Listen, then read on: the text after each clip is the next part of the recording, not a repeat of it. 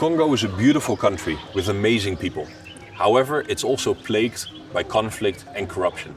And as a result, many of the people here are very poor and have no access to hospitals or schools. Given this setting, there are many important questions that should be answered. For example, how can corruption and poverty be eliminated? Can NGOs decrease poverty? And how can we improve NGO programs? This video is about what social scientists do to answer these questions.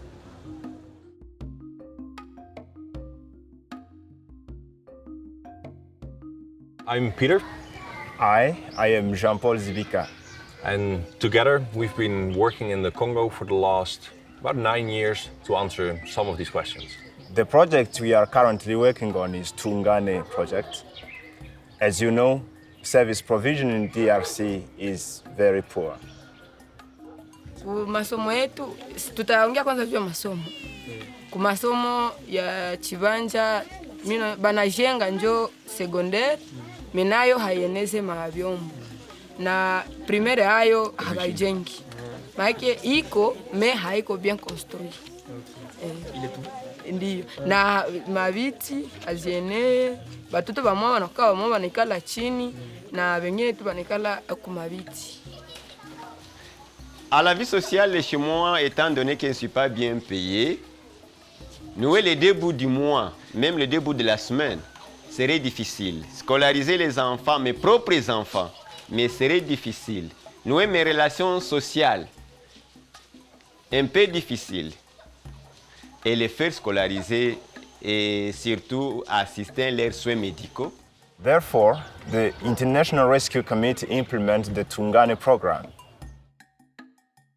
In Congolese villages, there are 2 main actors responsible for day-to-day decision-making when it comes to service provision, so-called user committees and the service providers. User committees serve as representatives of the villagers. For example, a user committee in the education sector is a bit like a parent-teachers association. Service providers, on the other hand, are those directly responsible for service provision. These are, for example, the teachers and the school directors. It is important for these 2 actors to work closely together, but that is often not the case in Congo.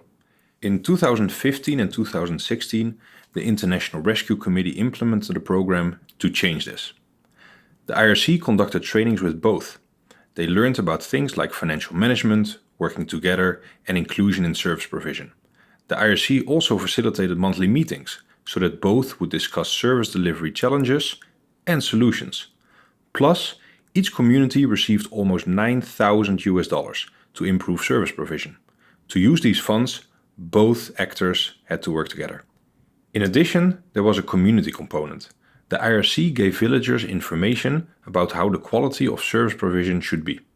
Villagers were also asked to rate the existing education services and suggest solutions to address challenges to the user committee and the service providers. Village meetings were also organized between the villagers, the user committees and the service providers. Also, both actors had to justify to the villagers how the almost $9,000 was spent. The hope was that the program would achieve 2 goals. First, strengthen the ties between the user committees and the service providers, and second, make the user committees and the service providers responsive to the needs of the villagers. To answer whether the intervention worked, the International Rescue Committee contacted the World Bank DIME team and they involved us to do an impact evaluation. But to answer this question, it's very difficult for a number of reasons. The first one is Causality. We want to know if community involvement leads to better service provision. But how do we get to know if it's the community involvement that leads to improvement? you cannot compare before and after the program, because many other things might have changed in the meantime. You can also not compare places that receive the program with places that do not receive the program, because NGOs might go to certain places and not to others. As a result, you're comparing apples and oranges. So what you should be doing to really get at causality is to use randomization. Randomization is a technique that has been used in medical sciences for decades. In our case, we start off with 339 villages. Each village is different. Some are large, some are small, some are rich, and some of them are poor. Before the start of the program, we randomly assign these villages to two different groups. Think about a coin. Heads, the village goes to the group on the left, and tails, the village goes to the group on the right. Because of randomization, we end up with two groups that are similar. They are each around 170 villages large. In the left group, there are some rich and poor villages, but this is the same in the right group. In the left group, there are some small and some large villages, and again, it's the same in the right group, etc. Between 2015 and 2016, after randomization, Group A received a program but without the community component. Group B, on the other hand, received a program with the community component. Now, in 2017, after the program is finished, we can go back to all the villages. If we measure any differences between these two different groups, it can only be due to the community component, because that was the only thing that was different.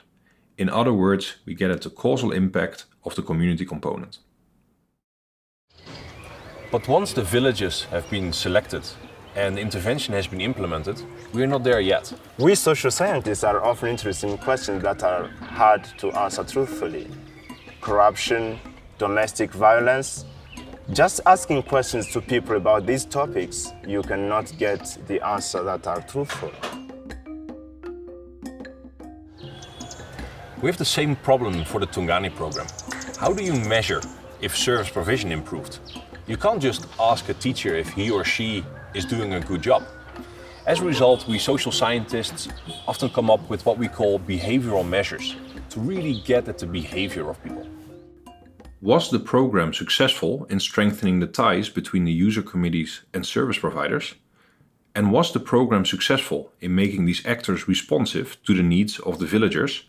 Well, we cannot just ask to a teacher if he or she works well together with the user committee. I would not believe their response. Similarly, I would also not believe the answer to the question, do you take the opinion of villagers into account when you do your work? Therefore, to get at the truth, we implement a behavioral measure. It goes as follows. After the program, we visit all 339 villages. The research team visits the user committee and service provider in each village and gives them a task. We ask each of them to write a short document with the following information. What do you think could have been improved about the program? And what are currently the community's needs and priorities? We leave the actors free in how they want to write this document. Then, a week later, we come back to these villages. To learn about the strength of the tie between the user committees and the service providers, we investigate whether they work together to accomplish the task. And to learn whether they are responsive to the needs of the villagers, we can investigate whether they, for example, organize the village meeting to learn about the opinions of villagers. This is just one way to get at people's actual behavior and not just what they tell us. Well, so we get at causality.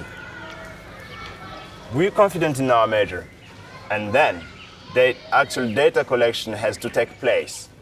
And there is a lot of preparation to be done. Surveys have to be written correctly, approvals have to be received from different authorities in DRC. And you know this is not easy. And then on top of that, we have to train enumerators. We've got about 80 of them that have to be trained for about 4 weeks. Then the surveys have to be programmed into the tablets. And well, getting those tablets into the Congo in the first place is not very easy. And we need about 100 of them. Congo is a difficult country to work in. Many of our enumerators, while they are out in the field, will get sick. All of them will get sick with malaria at least once, and many of them will also get sick with cholera. On top of that, it's also often unsafe in the Congo. Donc, la province du Maniema, c'est une province qui est peu peuplée et la densité moyenne est vraiment trop basse. Donc, on peut trouver un ménage ici et aller à 20 km ou même 40 km pour atteindre notre ménage. Cela nous causait vraiment beaucoup de tort. Et pour se déplacer d'un ménage à un autre ou d'un petit village à un autre petit village, c'était toujours difficile. Des fois, il fallait aller à moto parce que dans toutes nos équipes, au moins nous avions des motos, mais où faire passer ces motos parce qu'il n'y avait pas vraiment de route. Nous arrivons à des endroits, nous sommes obligés d'arrêter nos motos et évoluer à pied avec tous nos bagages sur la tête, fatigués avec nos bottes, avec nos matelas. Donc on devait avoir tous ces essentiels sur nous, mais c'était vraiment fatigant. Once all data has been collected, we need two more things: to clean it and to do the analysis. And then based upon that, we write policy reports, academic articles, we present it at many different locations, all with the hope that policymakers will use it for better programming.